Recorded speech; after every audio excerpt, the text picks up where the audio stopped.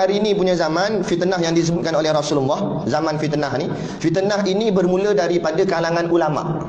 Okey, punca rosaknya umat akhir zaman bermula bukan daripada ahli maksiat, bukan bermula daripada geng cocok langit dalam disko. Nah, bukan jenis geng pil kuda, bukan. Tapi bermulanya rosaknya umat pada akhir zaman bermula daripada kalangan alim ulama. Alim ulama yang mana? Disebut di dalam kitab Minhajul Abidin, Imam Ghazali gak karang. Disebut di dalam kitab Hidayatus Salikin, karangan Syekh Abdul Samad Al-Palimbai. Nah, kerana ulama itu terbahagi kepada dua. Jangan kita pandang, oh dia ulama, confirm kita boleh ikut dia. Belum tentu. Mana ulama terbahagi pada dua? Yang pertama disebut sebagai ulama su', kata Imam Ghazali. Benda ulama su' bukan busuk. Dia wangi, yang wangi. Nah, tapi ulama su' ni artinya jahat. Ulama yang jahat. Macam mana ulama jahat? Ulama yang cinta kepada dunia. Satu lagi ialah ulama ukhrawi ataupun ulama akhirat. Ulama yang cinta kepada akhirat, tidak terkejar akan barang dunia. Ini ulama yang perlu kita ikut. Adapun ulama yang mencintai dunia, jangan kita ikut. Jadi bermula fitnah ini daripada kalangan alim ulama. Mana ulama yang su', ulama yang jahat, ulama cinta dunia. Sebelum saya nak cerita kenapa ulama cinta dunia ni yang jadi punca fitnah, kita cerita dulu ciri-ciri dia. Macam mana nak kenal? Sebab kita banyak gak kenal ustaz, jadi tak tahu ustaz ni boleh ikut tak boleh ikut. Ulama ni boleh ikut ke tak boleh ikut.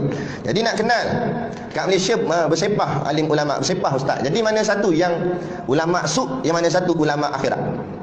Antara ciri-ciri, kita tak sebut nama, kita sebut ciri-ciri. Pandai-pandailah nilai. Antara ulama-ulama yang ada kecintaan terhadap dunia, iaitu dia kasih lah. Dia buat sesuatu tu kerana nak jawatan, mengejar jawatan.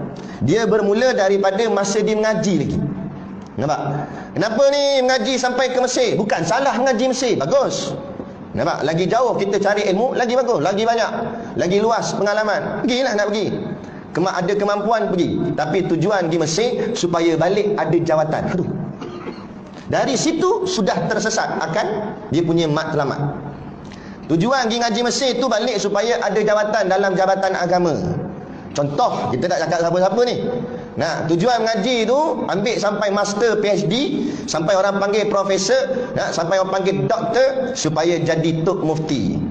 Tujuan nak jawatan.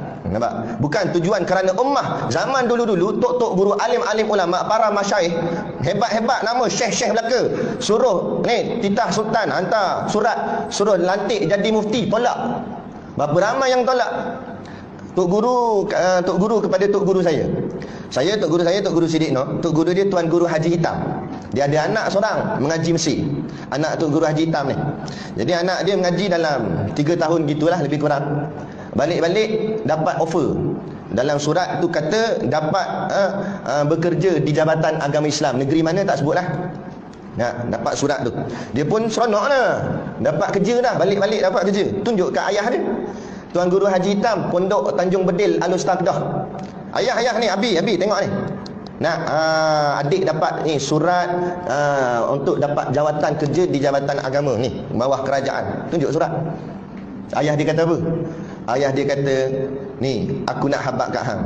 Aku mengaji di Mekah 30 tahun.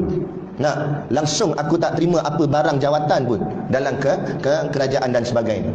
Aku buka pondok, dia kata. Bila anak dia dengar begitu, menangis koyak atas. Nampak?